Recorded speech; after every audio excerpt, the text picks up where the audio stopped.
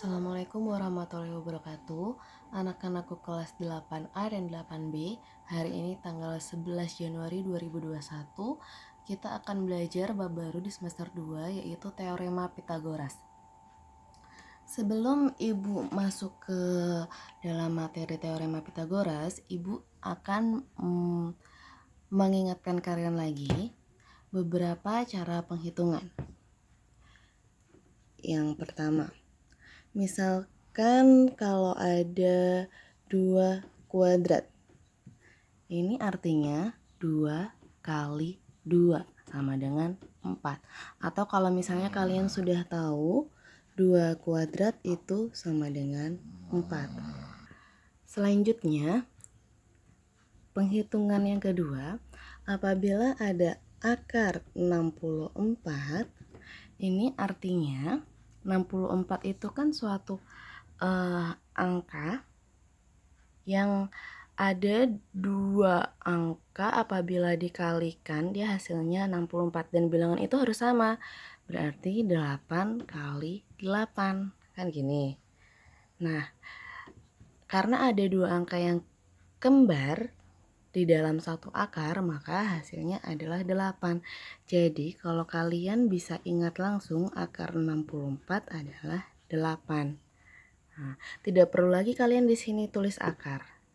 Nah, penghitungan 1 dan penghitungan 2 ini akan kalian gunakan di dalam teorema Pitagoras. Jadi diingat baik-baik ya. Nah, selanjutnya adalah Teorema Pitagoras. Teorema Pitagoras itu adalah hubungan sisi-sisi di dalam segitiga siku-siku. Jadi kalau kita membicarakan tentang teorema Pitagoras, berarti itu ada hubungannya dengan segitiga siku-siku. Oke, kita akan menggambar segitiga siku-siku. Kalian kalau gambar pakai penggaris ya. Ini Ibu tidak menggunakan penggaris, jadinya bengkok-bengkok, jangan ditiru.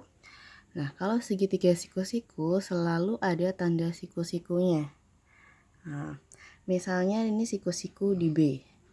Ini Ibu kasih A, kasih C. Ya. Nah, teorema Pitagoras itu selalu berhubungan dengan segitiga siku-siku. Dia itu adalah sebuah teorema, sebuah dalil atau sebuah ilmu yang berhubungan dengan sisi-sisi, panjang sisi-sisi dalam segitiga siku-siku. Nah, hubungannya itu seperti apa? Seperti ini. Di dalam segitiga siku-siku, Ibu suka kasih nama nih sisi-sisinya. Misalnya yang di bawah ini adalah sisi datar. Nah, habis itu yang miring ini Ibu kasih nama sisi miring. Habis itu yang tegak ini Ibu kasih nama sisi tegak. Nah, jadi kalau kita mau mencari sisi miring sama dengan akar sisi datar kuadrat ditambah sisi tegak kuadrat. Kalau kita mau mencari sisi datar sama dengan akar sisi miring dikuadratkan dikurang sisi tegak kuadrat. Nah, kalau kita mau mencari sisi tegak sama dengan akar sisi miring kuadrat dikurangi sisi datar kuadrat. Nah, jadi yang perlu kalian ingat adalah sisi datar, sisi tegak, sama sisi miring. Nah, gimana kalau misalnya gambarnya diputar-putar, Bu? Oke, kita putar. Misalnya, seperti ini. Di mana siku-sikunya? Di sini siku-sikunya. Nah, yang mana sisi miringnya? Udah kelihatan dong yang mana sisi miringnya. Ini sisi miring. Yang mana sisi datarnya? Yang datar berarti di sini sisi datar. Yang mana sisi tegaknya? Berarti ini sisi tegak. Gimana kalau gambarnya miring lagi, Bu? Oke, kita gambar miring lagi. Set. Siku-sikunya di mana? Siku-sikunya di sini. Nah, yang mana nih sisi miringnya? Dari 2 gambar contoh tadi, Nah, sudah kelihatan kan?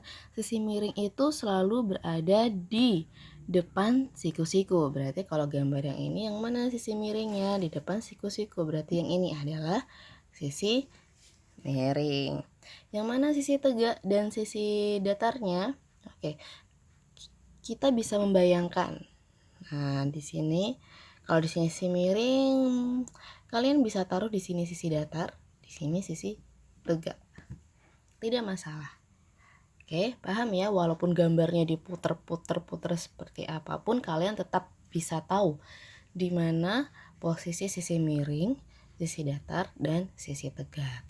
Oke, Ibu akan memberikan satu contoh soal.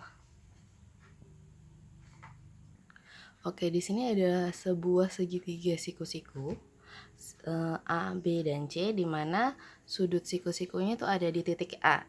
Nah, kalau misalnya A ke B itu jaraknya adalah 2 cm, terus A ke C itu jaraknya adalah 5 cm, maka pertanyaannya berapakah jarak antara jarak B ke C? Oke ya, panjang sisinya B ke C. Jadi kita harus tentukan dulu nih, yang mana sisi miring, yang mana sisi tegak, yang mana sisi datar. Kelihatan ya, B ke C itu merupakan sisi miring. Kenapa? Karena dia berada di depan sudut siku-siku. Berarti kalau pakai sisi miring, rumusnya apa? Akar sisi datar kuadrat ditambah sisi tegak kuadrat.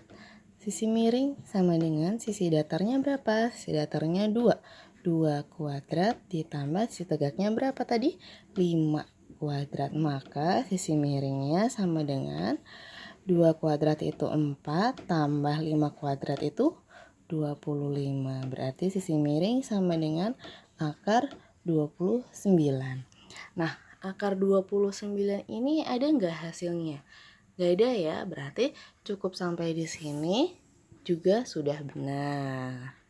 Oke, paham ya? Jadi sisi miringnya adalah akar 29. Sisi miring itu di mana? Sisi miring itu adalah B ke C.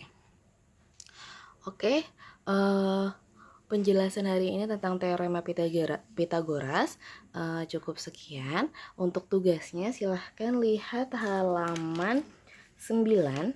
Di situ ada soal AKM tentang numerasi. Kalian baca, kalian pahami, dan kalian kerjakan pertanyaan 1 dan 2. Ya, buka LKS-nya halaman 9. Di situ ada soal AKM, silahkan dikerjakan pertanyaan 1 dan pertanyaan 2. Nanti akan Ibu bahas di hari Rabu. Jadi silahkan dikerjakan sebelum sampai hari Rabu. Kumpulkan di Google Classroom. Wassalamualaikum warahmatullahi wabarakatuh.